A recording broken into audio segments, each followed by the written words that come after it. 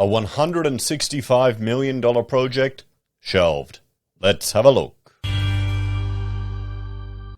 Hello everyone, Florian.heise here, and welcome to another episode of HeiseSays. Grab your stein of coffee, and I want to talk about another project by a developer that has been shelved, a sign of the times. These projects are no longer, well, they're not going to be profitable.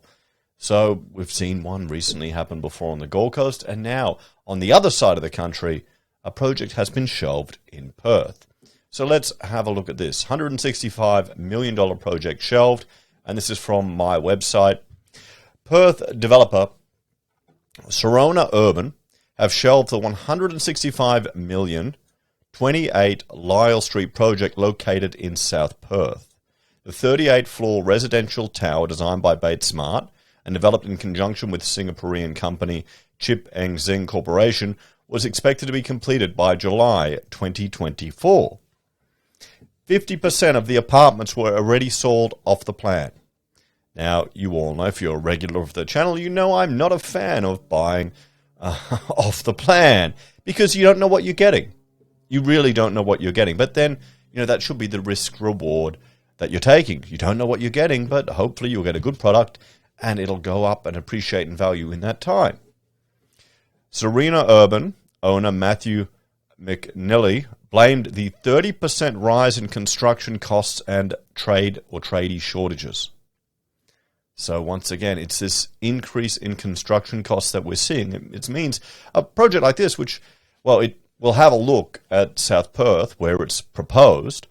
I mean, this is a unique design, and Bates Smart have done quite a good job. I like, I'll show you here. If you can see over here, how they've got this double height space. So you should be able to get some ventilation, natural ventilation going right through the plan. So I love that. It's a brilliant idea, smart approach. So, it's a unique project. We'll be writing to our purchasers individually to inform them about the decision and refund. And I will speak personally to as many as I can. They deserve to hear from me directly about the decision. And this is from the owner, Matthew McNally, according to the Australian Financial Review. And we've just had another one, Pacific one on the Gold Coast, that was $500 million project that Melbourne Developer Central Equity has shelved, everyone. So we can see here another project on the other side of Australia has been shelved. And if we jump over here to the map I've done, I'm starting to map these projects and what's happening here in the construction apocalypse. Because we're seeing builders go down left, right, and center. And just to remind everyone, you've got to remember, the government's been involved in a lot of this, and it goes right back here to keeping zombie companies alive. Companies entering external administration or who were going insolvent, you can see it drastically dropped below trend. That's because they changed the rules, guys. And I was quite concerned when I first heard about this, when it first broke that this is what the government were doing. They were changing the rules. Now I can understand why they did it, because they also changed the rules in stopping businesses actually conducting business. But the problem is you've got companies that maybe should have gone under, that kept kicking the can down the road, and now we're starting to see the damage that's been done then, and that's been exacerbated by supply issues, by construction costs, by additional lockdowns, and, well, it seems every other week another company is going under. And then we also have, all the good old ways that the market has been just juiced up. Home builder brought projects forward. Now, from the government's perspective, it worked fantastic. It stimulated the economy. It kept money flowing through. They didn't give a shit if you were building an extension or if you're building a brand new house. They just wanted you to spend the money. So we all thought, okay, we'll get our $15,000 and we'll use that to pull this project forward. But the problem is that overheats the market. It drives up all the costs. So that $15,000 kind of really, gets eaten up by the inflation due to the increased demand for construction and materials. And then because supply has been hampered because we've shut down the world economy every other day, we're kind of all screwed. You've got insane cash rates, still at 1.35, now predicting it to be over 3%. Some banks are. You've got first home buyer grants, I think 88 grand. Now you've got even higher ones in Tasmania. You've got government guaranteed loans of 5 and 2%.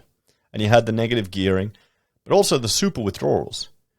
And I know, okay, we saw the articles coming from these super funds and the whole industry there saying people pissed the money away on pokies and boob jobs.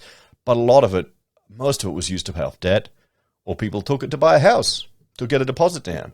And now I've got no problem with that. It's their money. They should be able to use it how they want. Australia is way too paternalistic anyway. But we've got to remember all of this, guys. Oh, and then, well, the biggest one that we can't forget that always seems to be missed when people are talking about housing. It's the reduced housing supply. And a big part of that is the not in my backyard crowd and the local authorities. We're seeing there's a rental crisis. And then you've got other articles appearing about a million empty properties. Okay, sure, they're people's holiday homes that they don't want to rent out, or that they only rent out during particular periods. It's not where there's not enough work there for people to live anyway. You want the supply of housing to be where there's the demand for housing. That's how it works in a hopefully a free market where you've got freedom of choice. But it's getting scary.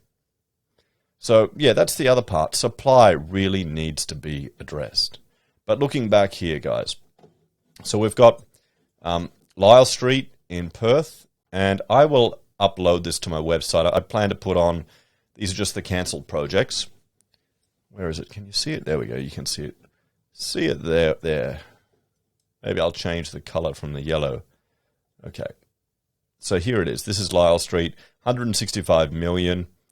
If we have a look, it's in South Perth, and we've got much lower density here, or height, than we have over here across the river. Okay?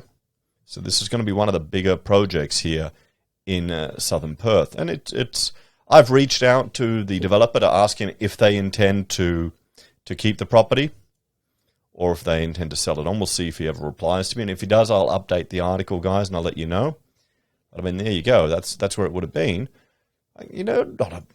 I guess it would be convenient if you were going into the city, but, I have never been to Perth, so you'd have to tell me what's the travel like over here, over the bridge, if you're commuting from southern side to the northern side.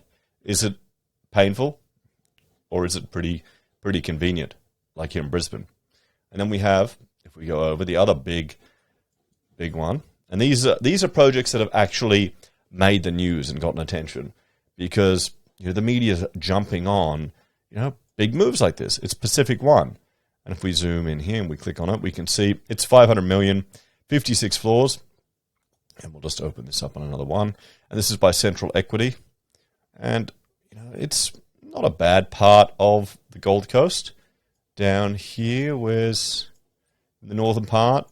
Okay, so you've got, I don't have any things on here. Okay, here's the casino. That is the casino, isn't it? No, that's the casino. That's Pacific Fair. So you've got Broadbeach here. So yeah, no, that's a pretty nice place where it's located, quite central, not far to surface. And I'll move it over here so you can see it. We zoom in here. There you go. It's one block back from the beach. So it's not absolute beachfront, but it pretty much is. You'll be walking up the street to go onto the beach.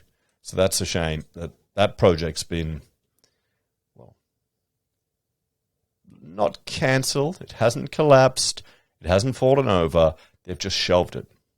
So what these developers are doing, I suspect, is shelving these projects and land banking and sitting on the land that they have, guys.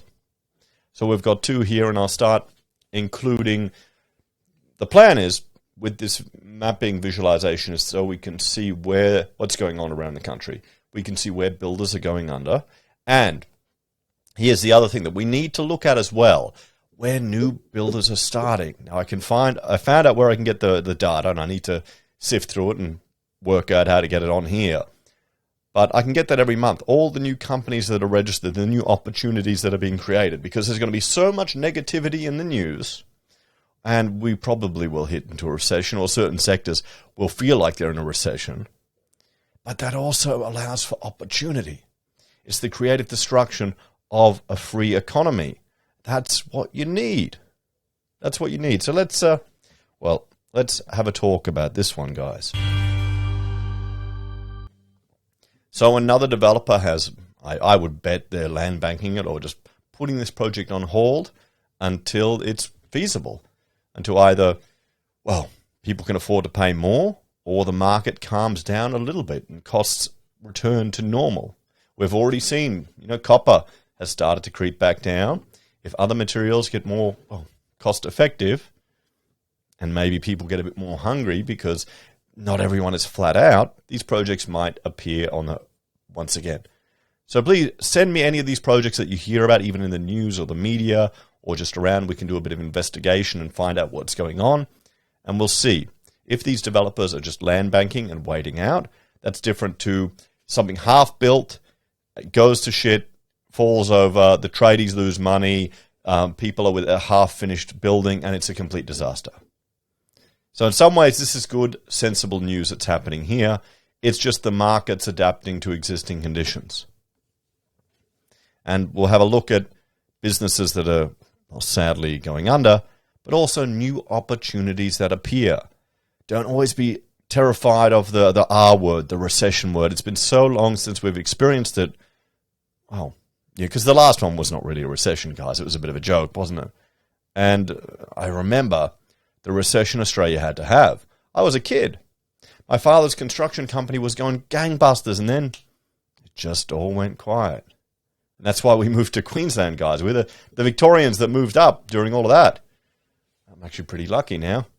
I didn't have to raise my kids in Danistan.